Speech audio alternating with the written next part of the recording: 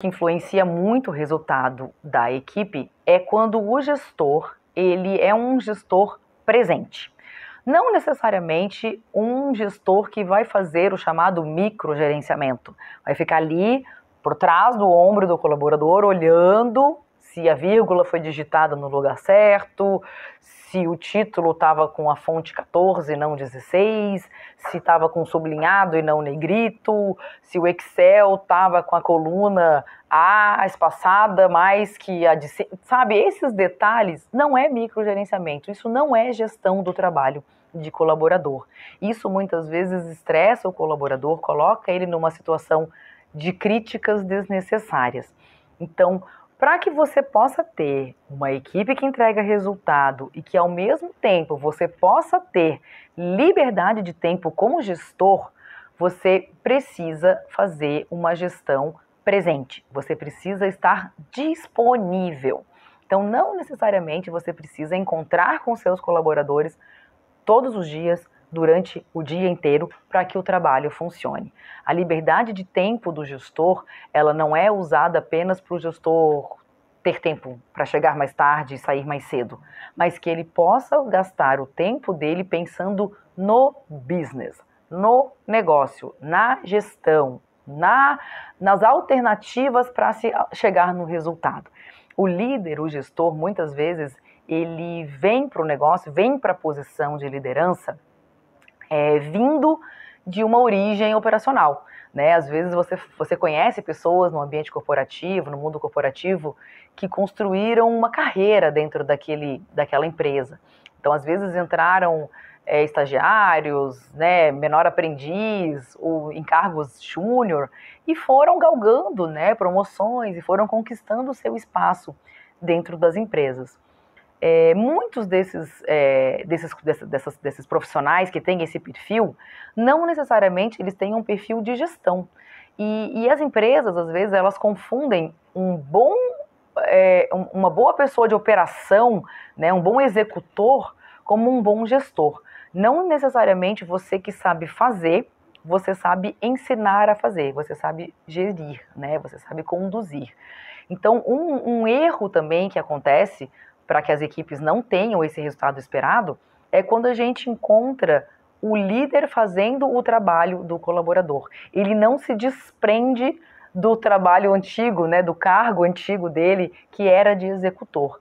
Né? O gestor, a execução que o gestor tem que fazer é na condução do melhor desempenho da equipe. É dar ferramentas, dar insumos, dar informações suficientes para que a equipe chegue lá, que o colaborador chegue lá, que você promova o desenvolvimento da carreira daquelas pessoas, como fizeram com você no passado, né? Se você é um gestor que construiu uma carreira dentro da empresa. Então, às vezes, a alta liderança, né? Às vezes, os próprios recrutadores ali, gerentes de RH, das áreas de gestão de pessoas, confundem, né, uma boa operação, uma boa execução com uma boa gestão. Eu trabalhei durante muito tempo numa empresa de administração hoteleira e eram redes, né, de hotéis que eram administradas, e eu vi isso se repetir muitas vezes no setor hoteleiro. Bons recepcionistas que eram bem avaliados pelos hóspedes, que eram bem organizados com a sua questão do tempo, seguiam os processos, tinham esse olhar atento ao hóspede, né? Eram pessoas que estavam ali dedicadas à execução da função de recepção, e eles eram promovidos à gestão da recepção, a líderes de gestão, a coordenadores de recepção. O que acontecia com esse profissional? Ele estava dedicado ao hóspede, o olhar dele era no cliente, o foco no cliente, em atender, em ser gentil, em explicar, em conduzir, em bem receber. Ele não tinha o olhar no colaborador, no processo, na gestão das pessoas. E quando você assume uma função de liderança, você tem que se preocupar com coisas do dia a dia da operação dos colaboradores. Não necessariamente o teu olhar é o cliente final. Então, o que acontecia? Que eu vi isso se repetir muitas vezes. Se queimava bons executores, promovendo eles a cargos de gestão.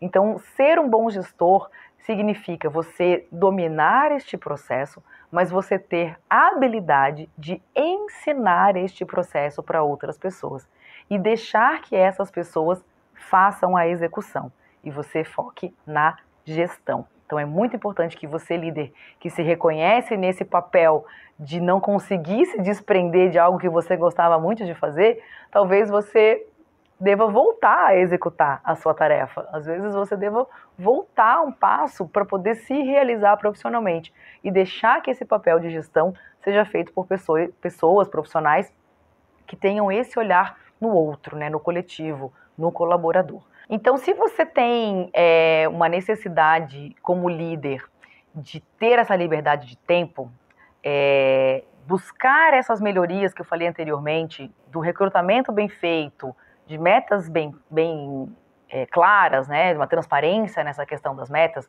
isso vai, consequentemente, te trazer um benefício como gestor, né, como líder de equipe, que é uma liberdade de tempo.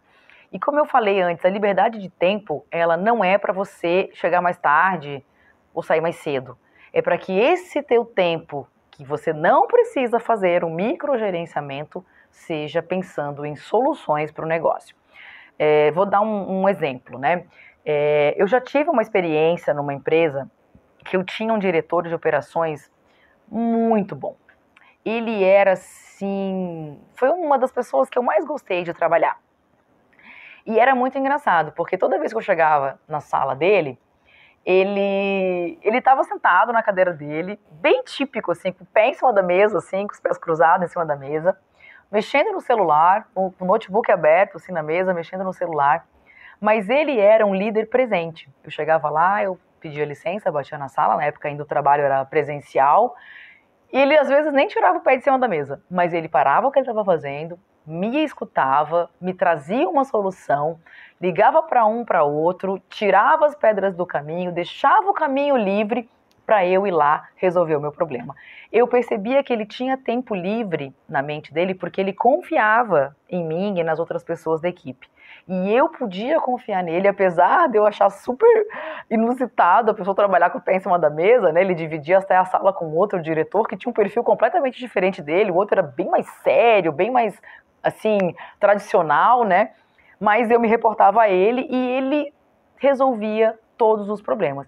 Então ele não ficava em cima ali da sala, da operação, olhando minuciosamente em cima do ombro das pessoas, mas ele estava presente, ele estava ali, ele recrutou bem as pessoas, ele capacitou bem as pessoas, as metas que nós tínhamos eram claras e tudo que a gente precisava para resolver o problema, a gente podia acessar ele, fosse pelo WhatsApp, fosse pelo telefone, fosse indo presencialmente lá na mesa dele, conversar com ele. E ele conduzia isso de uma maneira muito sábia, né? Então, assim, para mim, ele era um líder, assim, que foi uma boa referência, porque ele circulava pelos ambientes da empresa, olhando sempre para o negócio, buscando sempre uma melhoria do negócio e não procurando defeito no trabalho das pessoas, como se isso demonstrasse que ele está sendo um bom gestor, um bom diretor, um bom gerente, um bom coordenador. Ele tinha o tempo dele dedicado a encontrar novas alternativas, de se fazer mais com menos tempo, com menos dinheiro, com menos pessoas, buscava parcerias, trazia investidores, ele realmente pegava o tempo dele como diretor e usava como diretor, e não olhando minuciosamente o trabalho das pessoas. Então você, líder, que às vezes está se sentindo numa pressão de mostrar a sua liderança, pensa que a sua liderança, às vezes ela vai ser muito mais valorizada quando você se deixar ser presente, se colocar à disposição, né, de servir as pessoas que você tem sobre o seu comando para ajudá-los a chegar lá nos seus objetivos. Então, essa composição toda, né, de pessoas bem recrutadas, de metas bem esclarecidas e desse líder consciente do seu papel de líder, de gestão, não tem erro, né? Com certeza você entra em 2024 com uma equipe completamente preparada para entregar os resultados que a sua empresa tanto almeja.